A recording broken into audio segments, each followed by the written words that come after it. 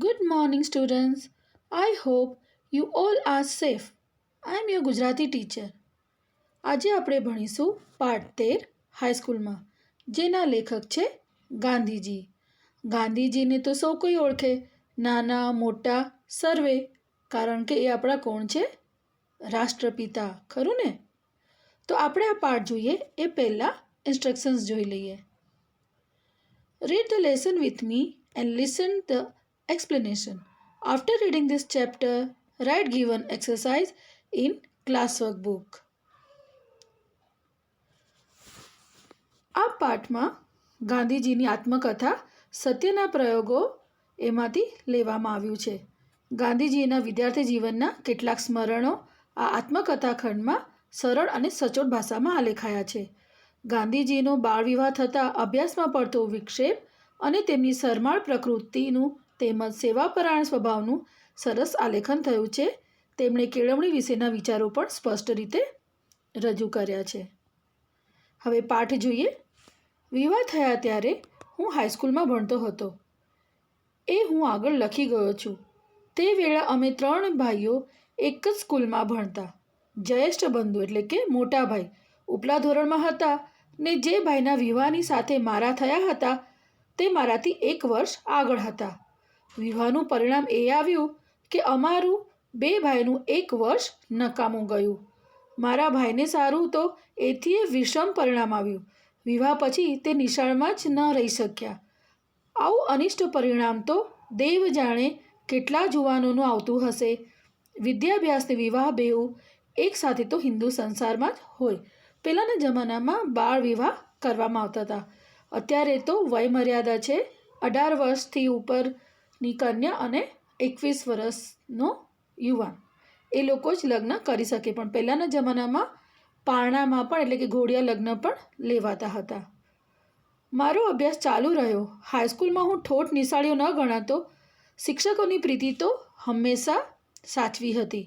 શિક્ષકોની પ્રીતિ એટલે હંમેશા ભણવામાં આગળ રહેતા, જેથી કરીને શિક્ષકો એમને પર લાગણી રાખતા.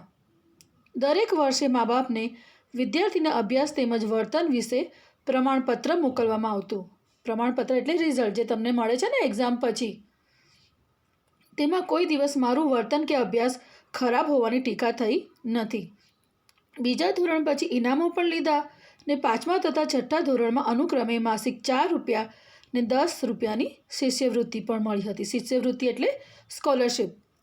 આ મળવામાં મારી હોશિયારી કરતાં દૈવે વધારે ભાગ લીધો હતો. એ વૃત્તિઓ બધા વિદ્યાર્થીઓને સારું નહીં, પણ જેઓ સોરઠ પ્રાંતના હોય તેમાં પહેલું પદ ભોગવે તેને સારું હતી.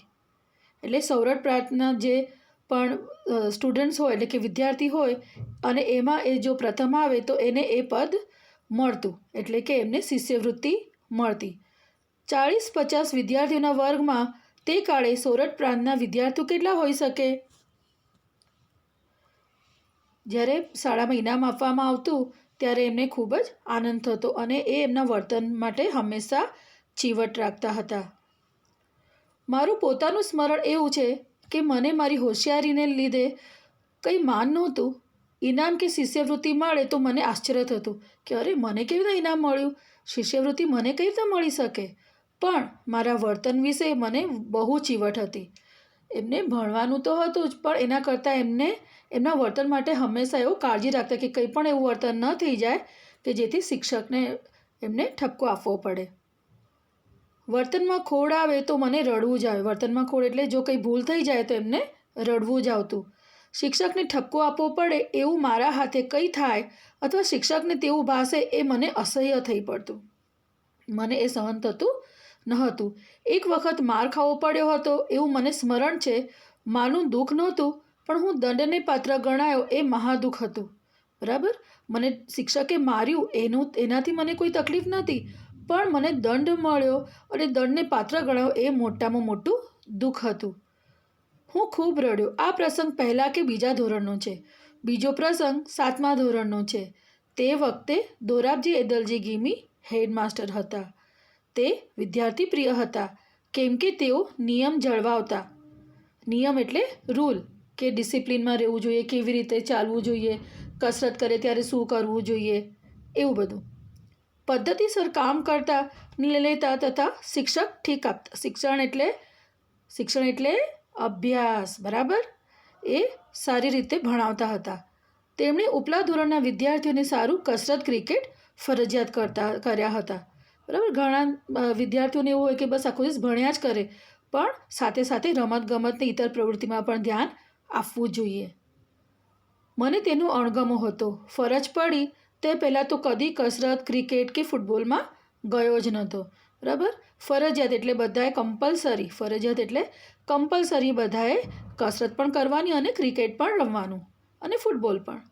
ન જવામાં મારી શરમાળ પ્રવૃત્તિ પણ એક કારણ હતું.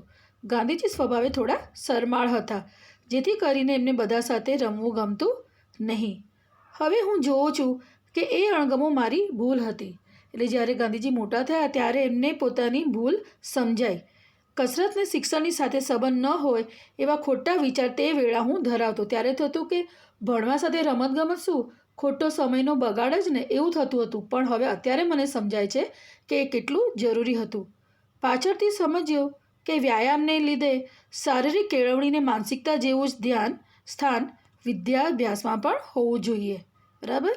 શારીરિક કેળવણી એટલે કે જે વ્યાયામ છે એને પણ વિદ્યાભ્યાસમાં સ્થાન આપવું જોઈએ. અને તેઓ ખૂબ જ ચાલતા પહેલેથી, એટલે એમને કસરત ન કરે તો પણ એમને તકલીફ પડી નહોતી. આ એમના એદલજી ગિબી માસ્ટર છે અને એની સામે તેઓ ઊભા છે. અને આ જુઓ, બાળકો ક્રિકેટ રમે છે, કસરત કરે છે, બરાબર? આજકાલ બધા ખાલી વિડીયો ગેમ રમતા હોય છે, મોબાઈલમાં ગેમ રમતા હોય છે, પણ આવી રીતે ખુલ્લા મેદાનમાં પણ રમવું જોઈએ, જે આપણા સ્વાસ્થ્ય માટે સારું છે, આપણી તંદુરસ્તી માટે સારું છે. અને એમને બીજું કે એમને પિતાની સેવા કરવી ખૂબ જ ગમતી હતી. જેવો સમય મળે એ પિતાની સેવા કરતા. અણગમાનું બીજું કારણ પિતાજીની સેવા કરવાની તીવ્ર ઈચ્છા હતી. નિશાળ બંધ થાય કે તરત ઘેર પહોંચી સેવામાં પડી જતો. શું સેવા કરતા કે તેઓ પાણી આપતા, એમના પગ દબાવતા અને એમનું ધ્યાન રાખતા, એમને કંઈ કામકાજ હોય તો કરવામાં મદદ કરતા. જ્યારે કસરત ફરજિયાત થઈ ત્યારે આ સેવામાં વિઘ્ન પડ્યું. પિતાજીની સેવા કરવાને ખાતર કસરતની માફી મળવી જોઈએ એવી વિનંતી કરી, પણ ગિમી સાહેબ શાના માફી આપે, બરાબર? ગિમી સાહેબ તો બધા વિદ્યાર્થીઓનું સારું જોતા હતા કે એ લોકોની તંદુરસ્તી સારી રહે, તો આવા નજીવા કારણસર તો એ માફી આપી શકે નહીં. એક શનિવારે નિશાળ સવારની હતી. સાંજે 4 વાગ્યે કસરતમાં જવાનું હતું. મારી પાસે ઘડિયાળ નહોતી. આકાશમાં વાદળા હતા, તેથી વખતની કંઈ ખબર ન રહી. વાદળાથી હું છેતરાયો, બરાબર? એ સમયનું કેવી રીતે ધ્યાન રાખતા કે સૂરજ કઈ બાજુ છે, બરાબર મધ્યાહન હોય, 12 વાગે તો બરાબર માથા ઉપર હોય, તો એ પ્રમાણે એ સમયનું ધ્યાન રાખતા. પણ વાદળોને લીધે એની પાછળ સૂરજ ઢંકાઈ જતો, એટલે એ છેતરાયા. કસરતમાં પહોંચ્યું ત્યાં તો બધા જતા રહ્યા હતા. બીજે દિવસે ગિમી સાહેબે હાજરી તપાસી તો હું ગેરહાજર નીકળ્યો. મને કારણ પૂછ્યું. મેં તો જે હતું તે કારણ બતાવ્યું. તેમણે તે સાચું ન માન્યું ને મારો 1 આનો કે 2 આના કેટલો એ બરાબર યાદ નથી, દંડ થયો. હું ખોટો ઠર્યો. મને અતિશય દુઃખ થયું. હું ખોટો નથી એ કેમ સિદ્ધ કરું, બરાબર? એ તો સાચું જ બોલી રહ્યા હતા, પણ એ સાચું બોલે છે એ સિદ્ધ કરી શકતા નહોતા. કશો ઉપાય ન રહ્યો. મનમાં ને મનમાં સમસમી રહ્યો. રોયો. સમજ્યો કે સાચું બોલનારે ને સાચું કરનારે ગાફેલ પણ ન રહેવું જોઈએ. આવી ગફલત મારા ભણતરના સમયમાં આ પહેલી અને છેલ્લી હતી. મને ઝાખું સ્મરણ છે કે છેવટે હું એ દંડ માફ કરાવી શક્યો હતો અને કસરતમાંથી તો મુક્તિ મેળવી જ. અને નિશાળના સમય પછી પોતે મારી હાજરી, પોતાની સેવાના અર્થ ઈચ્છે છે એવો પિતાશ્રીનો કાગળ હેડમાસ્ટરને મળવાથી મુક્તિ મળી. જોયું, આ વાદળો દેખાય છે આકાશમાં.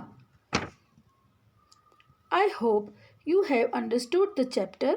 You have to read the chapter and write exercise in classwork book given in PDF and mail it on given email ID. Both the IDs are given. So please send your homework to the given IDs.